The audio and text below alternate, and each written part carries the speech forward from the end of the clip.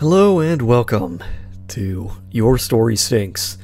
This time we're going to be talking about Minor Threats, the four-part miniseries written by Patton Oswalt and Jordan Blum.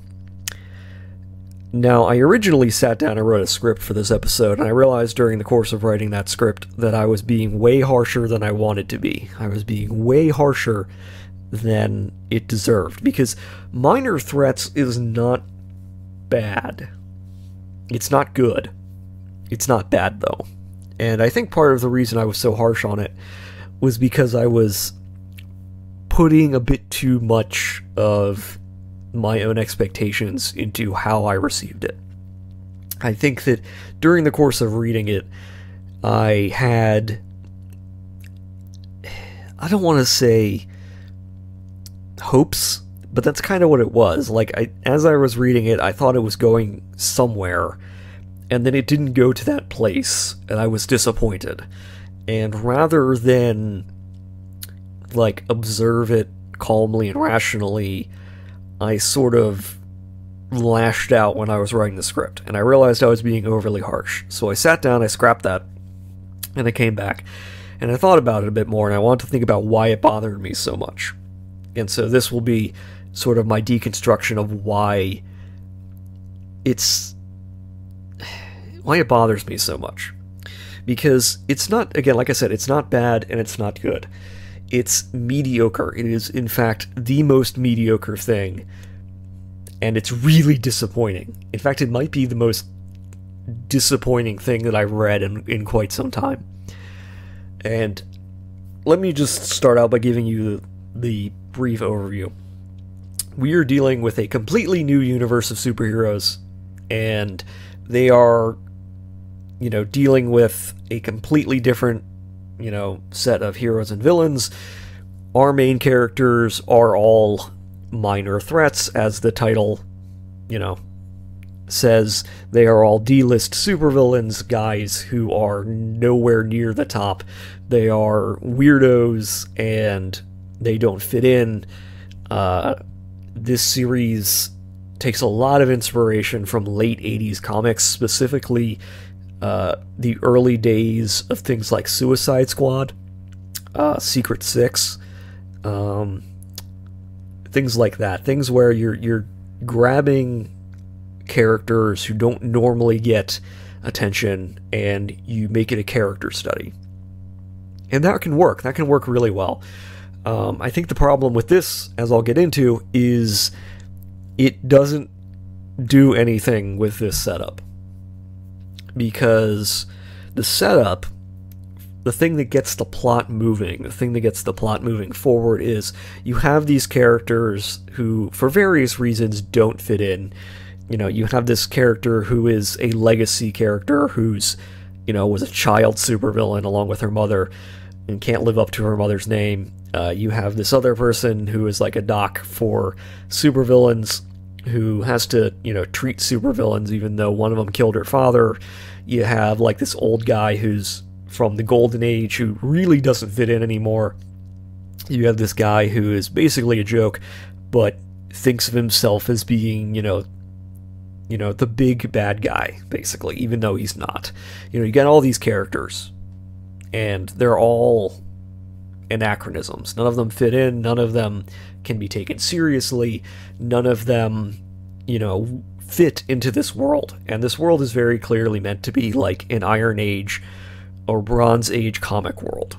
So, if you don't know what that means, it means roughly between the 90s and today, where supervillains kill regularly, superheroes are much edgier, things like that. And the thing that gets all of this set up is the main Batman stand-in has his sidekick killed by the Joker stand-in. And as a result, everybody's looking for, the Joker stand-in. Everyone wants to know what happened to him. They want to know, where is he? Where is, the body of the dead kid, all this other stuff. And that's where it kind of becomes disappointing.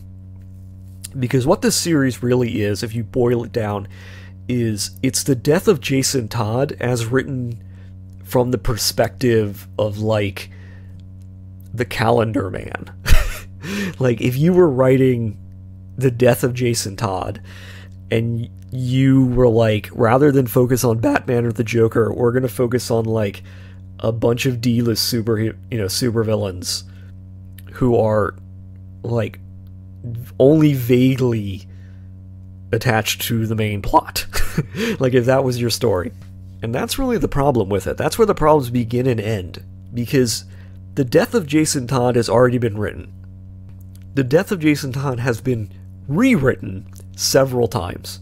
Okay? Under the Red Hood already explored the death of Jason Todd. Okay? We don't need yet another death of Jason Todd setup. And we really didn't need a death of Jason Todd setup where the lesson that is learned at the end of it is, actually, we should all be worse. Like, this is the problem, and I'm getting into spoiler territory, but spoiler alert, the problem with this series is that the minor threats are dealing with two problems. Problem number one is the Batman stand-in has completely lost his mind and turned into the Joker, basically, and started murdering supervillains en masse because he's so outraged at the death of his sidekick. And the Joker stand-in is intentionally goading him on and using the minor threats as bait, essentially. And they're trying to find, they're trying to find the Joker stand-in because they want to kill him and take the bounty. And it all leads up to the deaths of both the Joker stand-in and the Batman stand-in.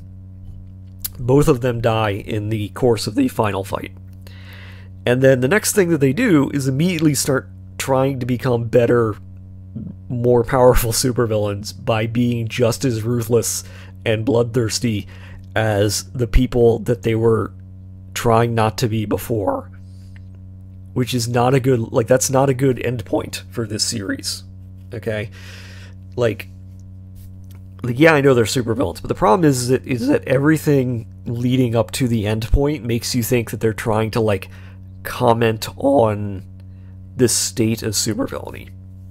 And part of that is because every issue begins with kind of like a deconstruction of a character's past. So, one issue is about, our main female protagonist, who, again, was a child supervillain sidekick to her mother. One of them goes into, why is this guy who is kind of like the Riddler, why is he like this? What is his, goal? Why is he like this? Why does he feel out of place? Why does the surgeon woman feel out of place? Why does this old guy from the Golden Age feel out of place? And what it leads you to believe, reading these, is that it's trying to comment on the fact that the old days were better, that they weren't that bad, that things have gotten worse because the supervillains that now run the roost, essentially, because they're so psychotic, everything is terrible now. Supervillainy isn't fun, supervillainy isn't challenging, supervillainy isn't highbrow anymore. It's all about weird serial killers, and, all of these characters don't fit in, because they're not mass murderers, basically. And, one of the things that, one of the situations that comes up is, our main character, or I guess our main character, the leader of the group, the woman who is all about building things and has a supervillain legacy, there's a scene where she recalls her mother meeting the Joker stand-in, and how her mother pulls her out of the room and looks absolutely distraught, and she's like, that was the only time I could ever remember my mother looking distraught and upset like that. And again, the sense that you get is this guy, this Joker stand-in, poisoned the well. He ruined supervillainy for everyone. All of these guys are trying to make a hard, nice, honest living as supervillains, and these psychopaths came in and ruined everything. Okay? That's what you think it's all going to. That's what you think it's building up to. But the problem is that it doesn't go there. The problem is that the resolution for this, the problem is that after the Batman and Joker stand-ins are killed, the final scene is of where supervillains killing a superhero to make a statement, and it's like this ending doesn't make any sense with what came before it, unless the ending was trying to tell you, actually, the old days sucked, and the Bronze and Iron Age of comics is better, and if you want to last, you need to, like, remove everything that makes you interesting and turn yourselves into psychopaths.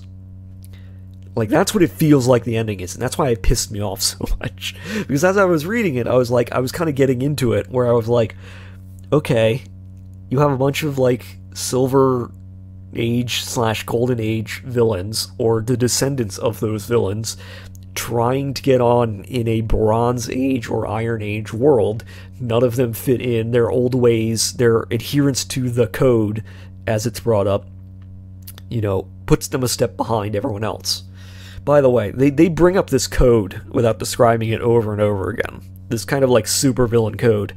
And they bring up the fact that the Joker stand-in doesn't follow the code. That he deliberately breaks the supervillain code, and how this is bad. But then they themselves end the series by just kind of like throwing the code in the trash and being like, actually, it's so much better to be, like, terrible. I should also point out that this series clearly doesn't know how to write climaxes. Like, it knows how to write backstory. It knows how to write, like, I don't want to, like, it knows how to create characters, but it doesn't know how to, like, write a climax, because the climax hinges on, like, several things that don't make any sense with the rest of the series. Like, the 4th issue happens, and the feeling you get is everything has been horribly rushed. So, more spoiler territory. The old guy betrays the rest of the group, which doesn't make any sense, because the old guy spends doesn't get anything by betraying anybody else, and has no reason to trust the main villain, who has already been proven to be horribly untrustworthy. So it's like you have this old guy from the Golden Age complaining that, he's out of step, and he doesn't fit in the world anymore, and then for some reason he betrays the rest of the group to the Joker stand-in. Why he would do that, I don't know, because it doesn't make any sense. Like, it doesn't make any sense that his whole character arc is, like, his whole character being is, I am an old school supervillain. I don't like the way the modern day works. Therefore, I will make a deal with the most untrustworthy dude who brought upon the Dark Ages. Okay? Again, you wouldn't trust the Joker in, modern DC. Okay? You don't make, like, an agreement with Loki. Okay? Like, it's obvious this dude is gonna betray you and not gonna follow through on his deal. That's his whole thing. Like, that's his whole character. His whole character is that he doesn't follow the rules. Why would you trust him? It doesn't make any sense. Supposedly, they try to, like, rationalize this by saying, well, oh, you weren't supposed to, you promised me that you wouldn't hurt all of these people. And it's like, of course he was going to do that. Of course he was going to do that. Because that's his whole character. Like, that's his entire character. His entire character is, I break all the rules, I don't follow the rules, I don't follow my agreements, I lie constantly, and my only goal is to murder all of you, so why wouldn't I? Like, he comes off as a complete dumbass, and it doesn't make any sense. But beyond that, you have a problem where, like, there's a setup which is almost clever, where the Joker stand-in puts bombs in their spines. Again, ripping off Suicide Squad. And he's like, one of you betrayed the others. And they're all sitting there, and they're like, this is an obvious ploy to get us to fight each other. Obviously nobody betrayed anybody else.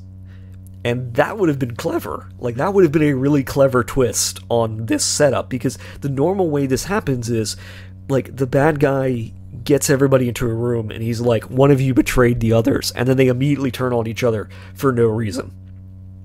Because they're all, like, paranoid or whatever. This time, they're all like, yeah, that's really stupid. None of us would betray the others. We have nothing to gain from working with you, an obvious crazy person. So, like, this makes no sense.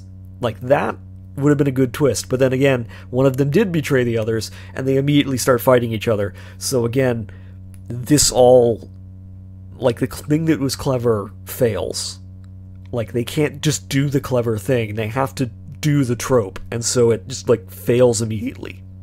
The other thing is that you're in a situation where, now that you've introduced bombs in their necks in one issue, you have to also resolve this in that same issue.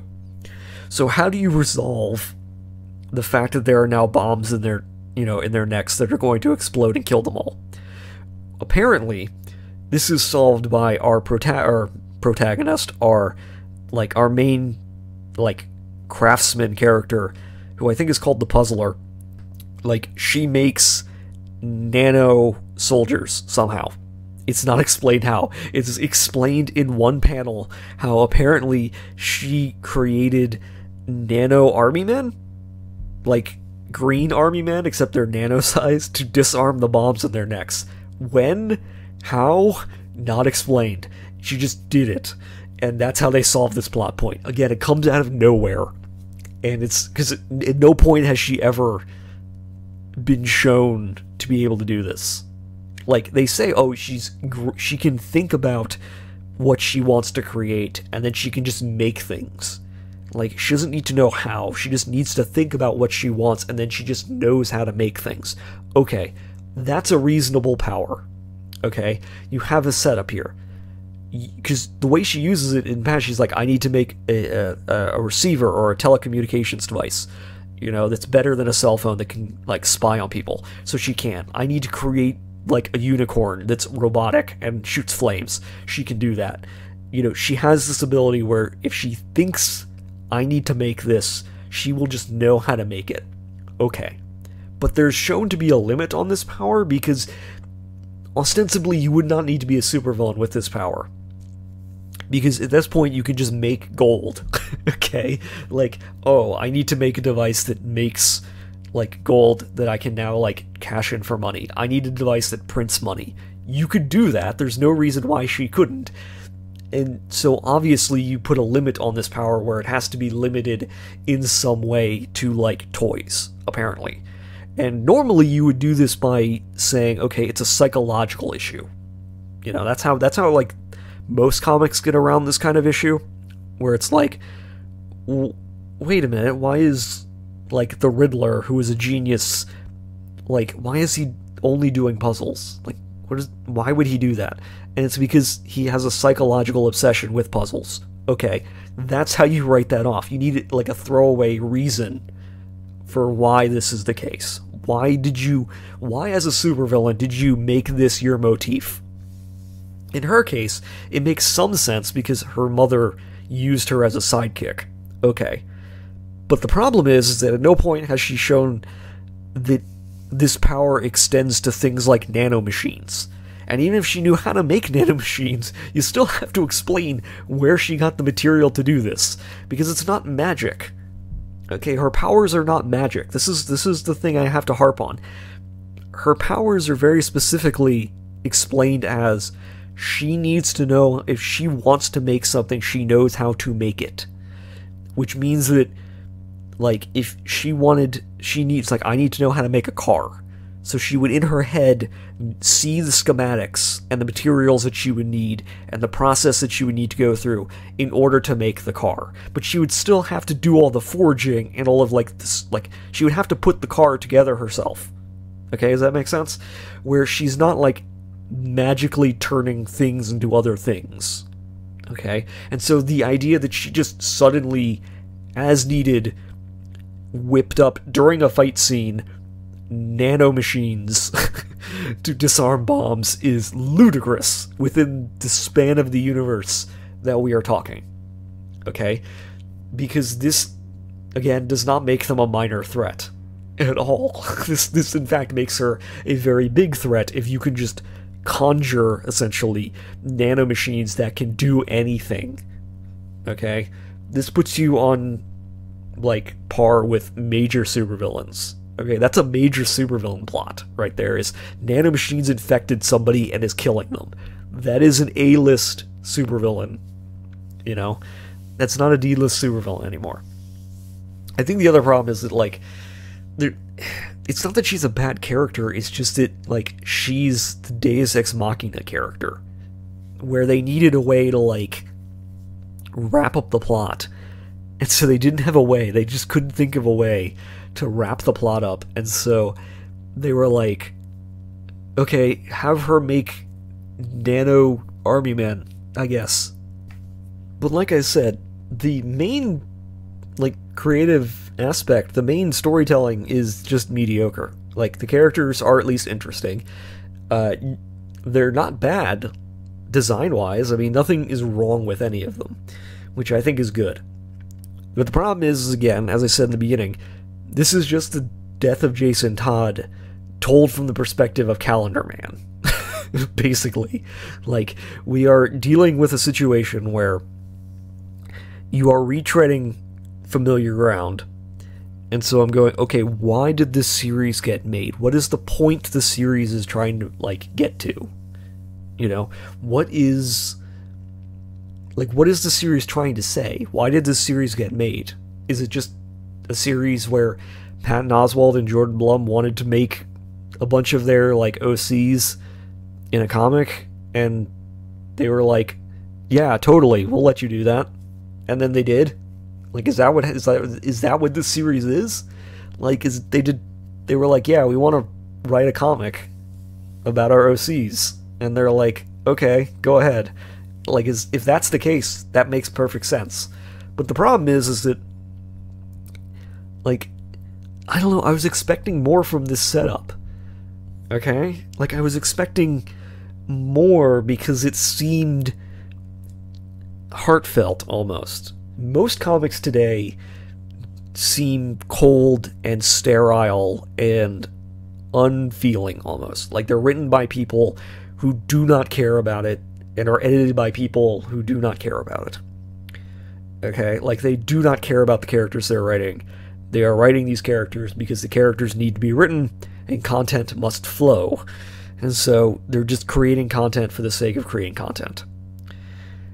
This does not feel like the case with Minor Threats. This feels like a book, like, the intro to every book feels like writers who care about their characters and are like, I like these characters and allow me to write them. And you feel this, which is why it's so, like, baffling and kind of insulting when it ends up being, actually, we need to be more like the psychopaths. Like, that's the exact opposite I thought it was going for. Like, because the stories about their pasts all build up to this thing where it's like, okay, your main character has a mother who constantly wants her to be in the life and raise her granddaughter to be in the life.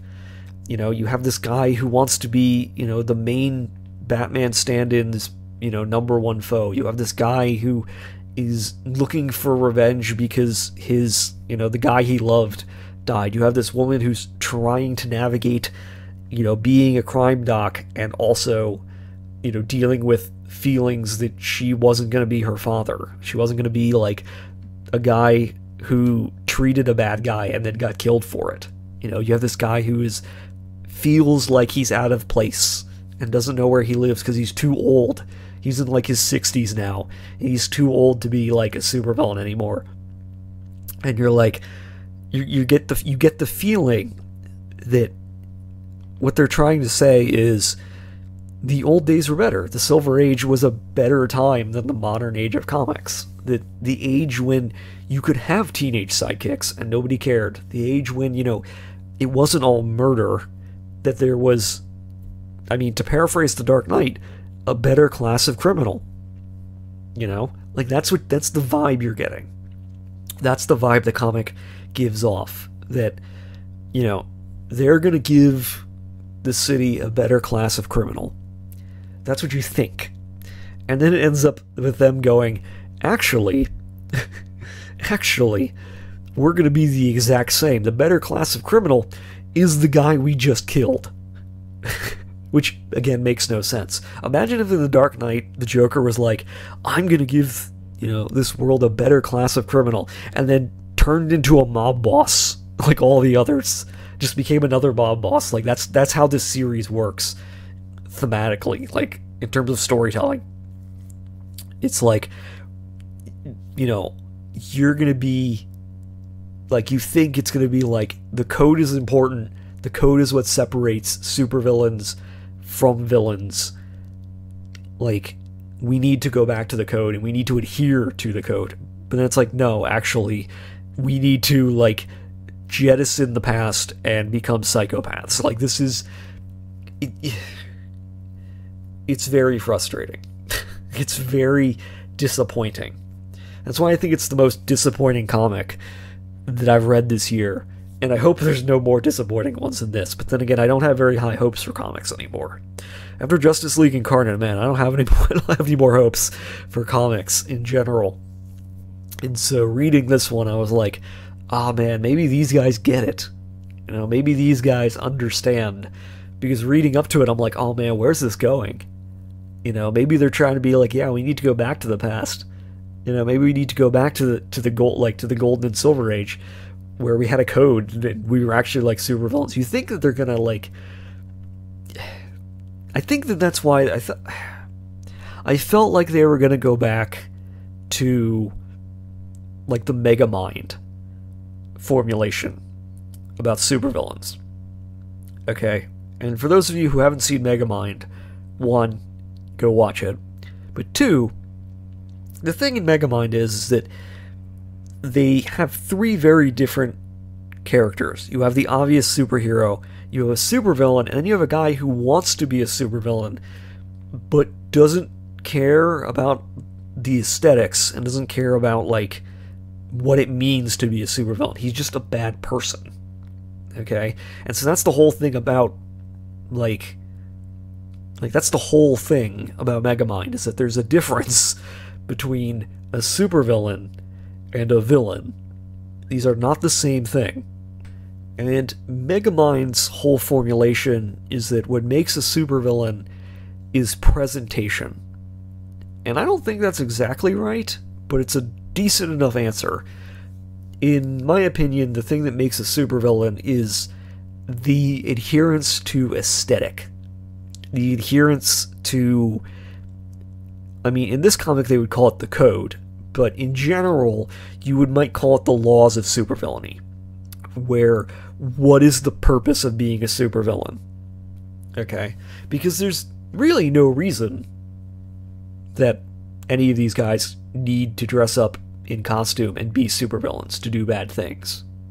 This is the thing I think that modern comics have kind of lost, where in the old days it was very clear why they're dressing up in costumes and why they're doing this. Okay, when the Joker looks like the Joker and does like clown or card trick or magic related things, he's doing it because it adheres to his aesthetic. The aesthetic is above everything else. Okay, he could obviously do anything. If he really wanted to, he's probably smart enough to like launch nukes and kill everybody.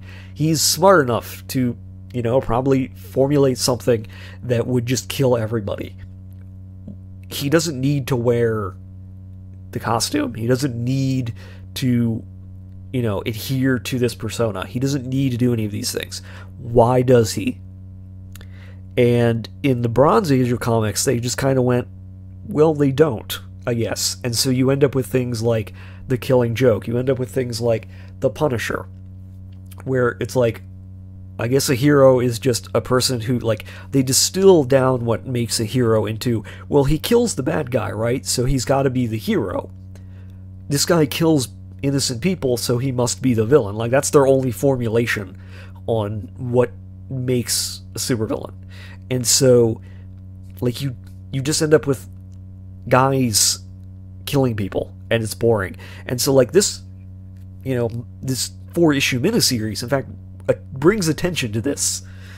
and this is why I had to like hope for it, is because it brings attention to the fact that the guy who is their Joker stand-in is boring. Like, he's not in an outlandish costume. He's in an extremely boring costume. He's basically just a serial killer, and everybody acknowledges it. Like, there's nothing interesting or supervillainy about him. And so you're like, okay, he's being contrasted with our much more colorful and flamboyant main characters. So you're like, okay, there's contrast here. We're trying to show that this guy is not a good supervillain, that he is not a good villain compared to our protagonists who are much better super villains. Okay? Like, this is the problem. And then it just throws all this away. Because it turns out that actually he was the future after all. Which makes no sense. Okay? Imagine if the end of, like, Last Samurai, where they have the, you know, the moment where they all die in battle for what they believe in.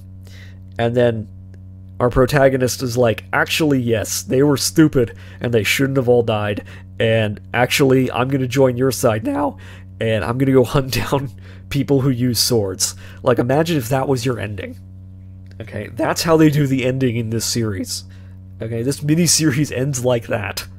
Okay, imagine if in 300, like, all of, like, the guys who are fighting and dying for what they believe in, and then Leonidas is the last one standing, and he's like, man, all these people were morons. I'm gonna go join the Emperor of Persia, and I'm gonna go burn down Sparta with him, because apparently honor is for bullshit. You know, imagine if like that was your ending to 300, because that's how the ending is done here. The ending is done in such a way that it feels out of place. It feels rushed. It feels like a slap in the face compared to the rest of the series.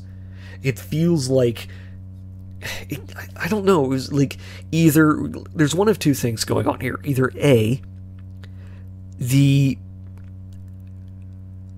previous bits are written poorly and the ending is written good, or the previous bits are written well and the ending doesn't fit. But it has to be one of those two, because the parts that come before and then the ending don't match. So either they wrote a good ending they wanted and they didn't know how to get to it, or they wrote a bunch of stuff beforehand and then they didn't know how to end it. I think it's the latter one, because all of the stuff that's not the ending is actually pretty good. Like, it's decent, it has heart, it has characters that I actually want to read about that are interesting, you know? Like, you feel like these are people who make sense in this world. You know, you feel like these are characters who really aren't on the up and up, that are really doing who aren't doing a good job as being supervillains in this world. Like, you think, you know, like, I don't know, it got my hopes up, and it just kind of crushed them. And I don't know what they were trying to say. Maybe they weren't trying to say anything, but it's just really disappointing. And it's just kind of sad, I think. Like, it feels sad. Like, this is the kind of series where, I don't know, I really wanted this to be good. I really wanted this to, like, stick the landing, and I was pulling for it. I was like, yes, it understands that supervillains don't always have to be like brutal psychopaths. It understands that there was another way, that there can be another way, and I was hoping that way would triumph. And it makes you want that other way to triumph, and then it just kind of shits all over you, and I'm just left going, it just becomes another comic. It just becomes like another rendition of the death of Jason Todd, in a world where we didn't need more deaths of Jason Todd. We have yet another one. I don't really think there's anything much to say about it beyond that. It's just really disappointing. It kind of breaks my heart. You know, if it had stuck the landing, it might have reignited like my hope for comics, that comics can still be good. But yeah, this just kind of destroyed like everything. Just destroyed my heart when talking about comics. So yeah, that's Minor Threats.